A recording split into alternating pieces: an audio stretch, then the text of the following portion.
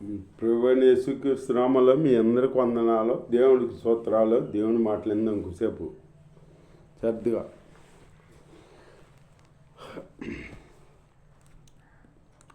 అంతలో యేసు ఆ అధికారి ఇంటికి వద్దామని, ఆ కుమార్తెను స్పష్టపడదామని అధికారి ఇంటికి వస్తున్నాడు అన్నమాట.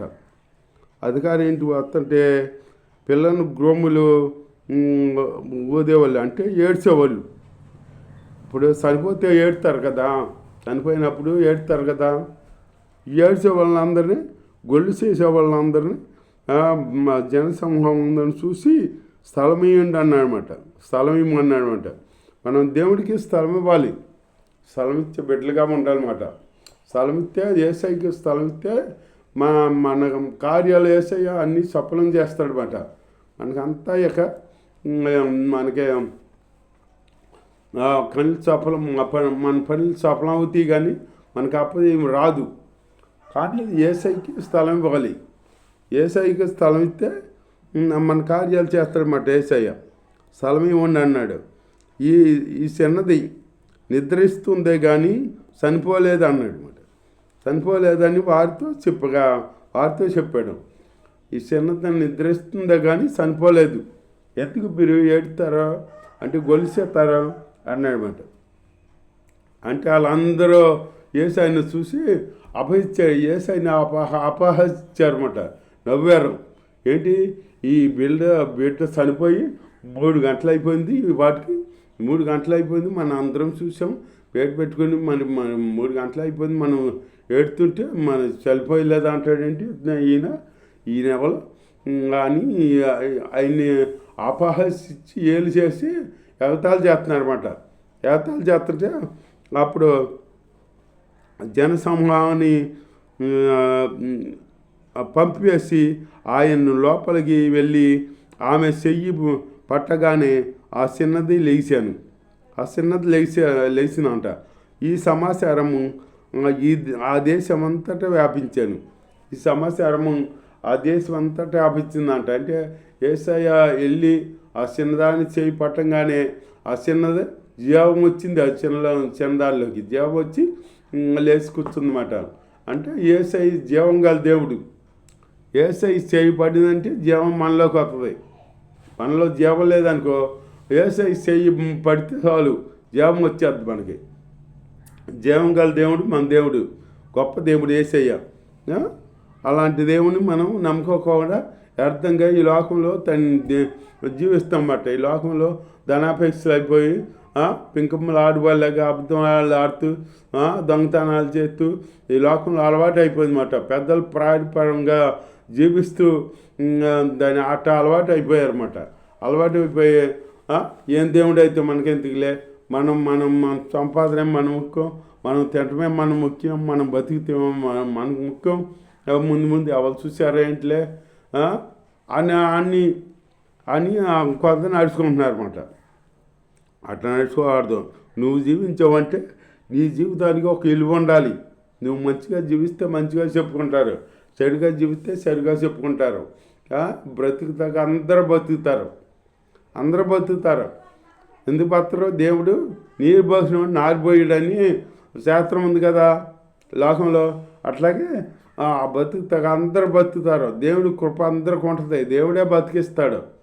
కానీ మనం బతికేది అది వంకర జీవితంగా ఉండకూడదు, మనం పాపంలో పడకూడదు, యథార్థంగా జీవించాలన్నమాట. యథార్థంగా జీవిస్తే అప్పుడు మనకి మన ఫలానా అతను జీవించనన్నాలో ఫస్ట్ క్లాస్గా ఆయన యథార్థంగా జీవించాడురా, పరిశుద్ధంగా జీవించాడురా, ఏ పాపం లేకుండా జీవించాడురా అని చెప్పుకోవాలి. అంతేగాని మనం దానికి అబద్ధం ఆడతాం, ఈ శాతం అట్లాంటి పనులు చేస్తే మనకి విలువ ఉంటుంది. ఇంకా జీవించాడులే, బతికిన అన్నాలు ఏదో ఒకటి అబద్ధాలు జీవించి చచ్చాడు చివరికి అంటారు. అట్లా అనుకోకూడదు మన గురించి. యేసు అక్కడ నుండి వెళ్ళిస్తుండగా ఇద్దరు గుడ్డివారు అంట. అక్కడి నుంచి వెళ్ళిస్తుండగా ఇద్దరు గుడ్డివాళ్ళు ఆయన వెంట వచ్చి, దావీదు కుమారుడా మమ్మును కరుణించమని కరుణించమని కేకలు వేసిరి. మమ్మల్ని కరుణించమని కేకలేసారన్నమాట. కేకలైతే మమ్మల్ని కరుణించమని కేకలేశారు ఆ గుడ్డివారు. ఆయన ఇంట ప్రవేశించిన తర్వాత ఆ గుడ్డివారు ఆయన వద్దకు వచ్చి, యేసు, నేను ఇది చేయగలనని మీరు నమ్ముతున్నారా అన్నాడు. నేను ఇది చేయగలనని మీరు నమ్ముతున్నారా అని అంటున్నాడు దేవుడు. యేసయ్య, నువ్వు నమ్మాలి, మరి నువ్వు నమ్మితేనే కార్యం జరుగుద్ది. మీరు నమ్మితేనే కార్యం జరుగుతుందన్నమాట. అప్పుడు మేము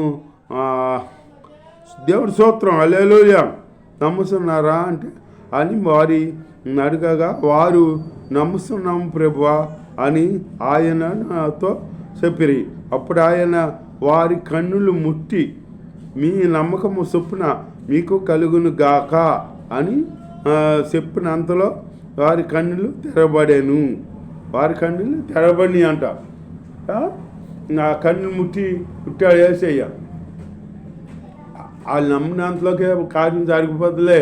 ఇప్పుడు యేసయ్య స్పష్టపడితేనే కదా, కన్నుల మీద చేతులు ఉంచితేనే కదా కార్యం జరిగింది. ఇప్పుడు మన వాళ్ళు ఆ యేసయ్య ఏమన్నాడు, మీకు నమ్ముకుంటే మీ శ్వాసం చొప్పుడు మీకు జరిగిందా అన్నాడు అనమాట. ఇప్పుడు మన వాళ్ళు ఏమంటారంటే, పాస్టర్ గారి దగ్గర ఏదైనా జ్వరం వచ్చింది అనుకో, ఏదైనా బాధ వచ్చింది అనుకో, వెళ్ళి ప్రార్థన చేస్తామనుకో, అది తగ్గింది అనుకో, వాళ్ళు అంటారా, నీ ప్రార్థన చేయమని తగ్గింది, నువ్వు కొత్త జతగా ఉండలేదు, నాకేమిత్తా అంటే ఆయనకేం ఇవ్వాలి. మనం మనుషులు కోరుకునేది ఏంటి, ప్రతిఫలం. మన నుంచి ఏమన్నా ఆశిస్తారన్నమాట వాళ్ళు. దేవుడు అట్లా ఆశించలా. దేవుడు అన్నట్టు ఇది ఎవరికి చెప్పమాక, కాకపోతే నువ్వు సాక్షాత్తంగా ఉండి మన చెప్పాడనమాట. దేవుడి స్తోత్రం అన్నాడనమాట. ఆయనను వారు వెళ్ళి ఆ దేశ ఇది ఎవరికి చెప్పొద్దు అన్నాడు యేసు. ఇది ఎవరికి తెలియకుండా చూసుకోండి వారికి ఖండితంగా ఆజ్ఞాపించాడంట. ఆజ్ఞాపిస్తే ఈయన ఆజ్ఞాపించాడు. ఆయనను వారు వెళ్ళి ఆ దేశం మదంతటా ఆయన కీర్తి ప్రశంసింపజేశారంట. ఆ దేశం అంతటా ఆయన కీర్తి ప్రశంసింపజేశారంట. దేవుని స్తోత్రం. మరి వాళ్ళు కార్యం పొందిన వాళ్ళు మెదలకుండా ఊరుకోలా. మెదలకుండా మన వాళ్ళు అయితే కార్యం పొంది దేవుడు కార్యం చేసిన ఆ కార్యం చెప్పరం. ఆ కార్యం దేవుడు కార్యం చేశాడు అని చెప్పరం. చెప్పకుండా దాచేసుకుంటారు అనమాట. అది ఎక్కువైనప్పుడు అప్పుడు వచ్చి చెబుతారన్నమాట. దేవుడు ఎలా కష్టపరిచాడో మేము చెప్పలేకపోయాము, మళ్ళీ ఎక్కువైంది అంటే మళ్ళీ దేవుడు తీసేస్తే మళ్ళీ దేవుడికి సాధ్యం చెప్పుకుంటాం అనుకుంటారు.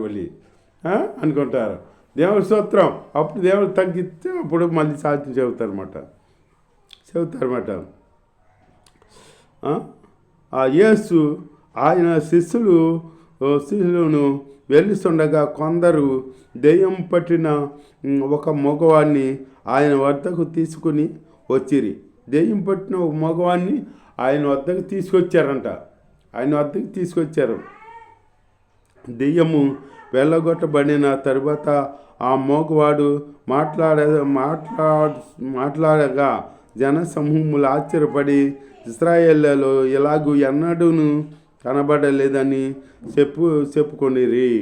ఇశ్రాయేల్లో ఇలాగెన్నడూ కనపడలేదే, ఇలాగెప్పుడు కార్యం జరగలేదే అని వాళ్ళు చెప్పుకున్నారంట. అయితే పరిచయులు ఇతడు దెయ్యముల అధిపతి వలన దెయ్యములను వెళ్ళగొట్టుతున్నాడని చెప్పిరి. దెయ్యముల అధిపతి వల్ల దెయ్యములు వెళ్ళగొడుతున్నాడని చెప్పుకున్నారన్నమాట. దేవుడి స్తోత్రం. దెయ్యం పట్టిన వాడైతే దెయ్యాన్ని ఎలా వెళ్ళగొడతాడు? దెయ్యంని వెళ్ళగొడుద్దా? దెయ్యంని వెళ్ళగొడుద్దా? దానికే శత్రువు అవుద్దా? అవదు కదా.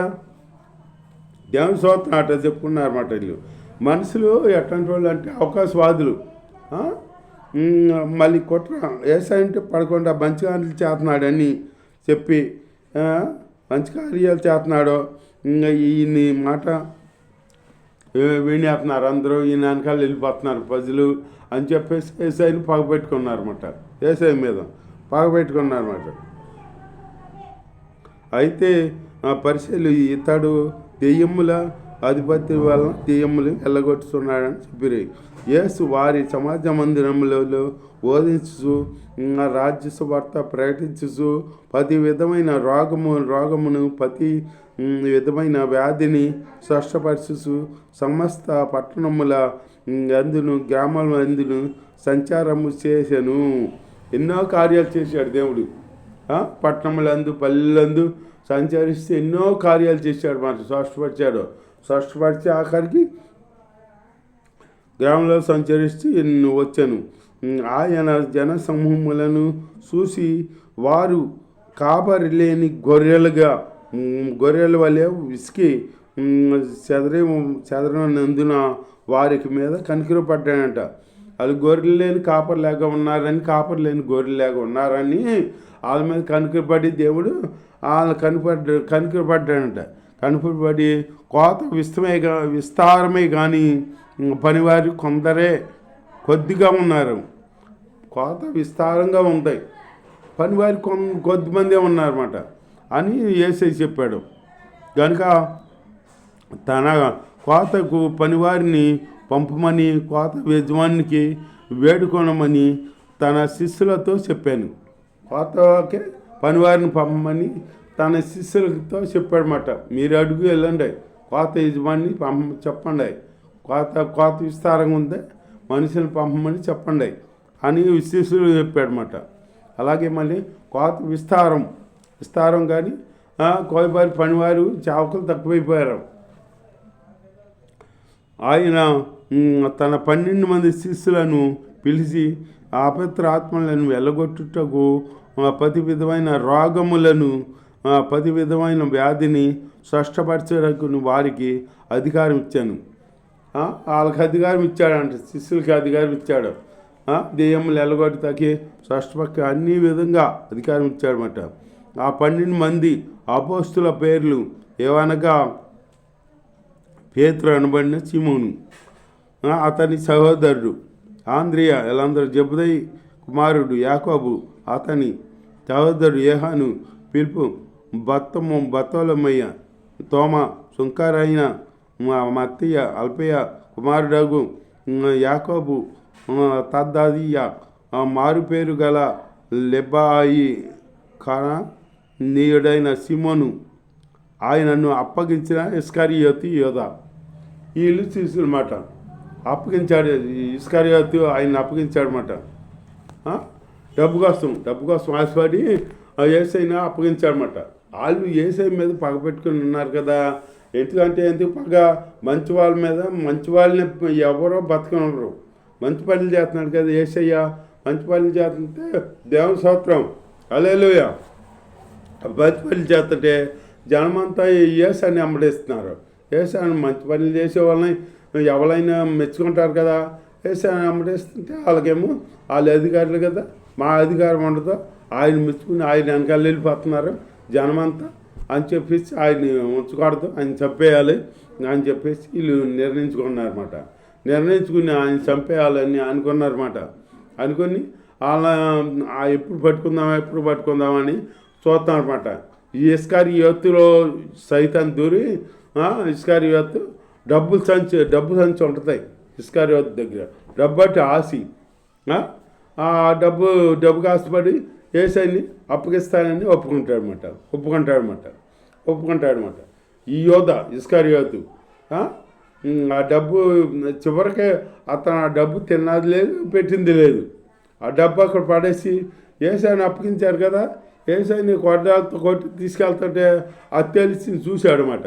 చూసి నీ అట్ట అనుకోలేదు అనుకున్నాడు. యేసయ్యని అట్ట కొట్టాలతో కొడతారో, అట్లా తీసుకెళ్తారో, సిలువ మోపిస్తారో అవన్నీ అనుకోలే. ఈయన అట్లా చేస్తారని యోధ అనుకోకుండా ఏదో కొద్దిగా మందలించి వదిలేస్తారేమోలే అని చెప్పి నేను అప్పగిస్తానని ఒప్పుకున్నాడు అన్నమాట. డబ్బులకి 30 నాణ్యాలకి ఒప్పుకుంటే అప్పుడు 30 నాణ్యాలు ఇచ్చి పట్టుకున్నారు. అప్పగించేస్తే అప్పుడు ఆయన అట్లా చేస్తున్నారని వచ్చి, మీరేంటి ఇట్లా చేస్తారని నేను అనుకోలేదు, నేను నీతిమంతుని అప్పగించాను నేను మీకు అని చెప్పేసి, ఇగో మీ డబ్బులు నాకు వద్దు, తీసేసుకోండి, ఆయన్ని ఇడిపించండి అంటే, మీకు అప్పగిస్తే మటుకే నీ పని మేమేం చేసుకుంటే నీకెందుకు అని చెప్పారంటే అప్పుడు ఆ డబ్బులు మాట అక్కడ పడేసి వెళ్ళి ఉరి పెట్టుకుని చచ్చిపోయాడు అనమాట ఇస్కారియోతు. ఇంకా అలాంటి జీవితం మనం యేసయ్యకి వ్యతిరేకంగా ఉండి మనం ఉరి తెచ్చుకోవద్దు. తెచ్చుకోకుండా మంచిగా జీవించాలి. దేవుడి వాక్యం దీవించగా.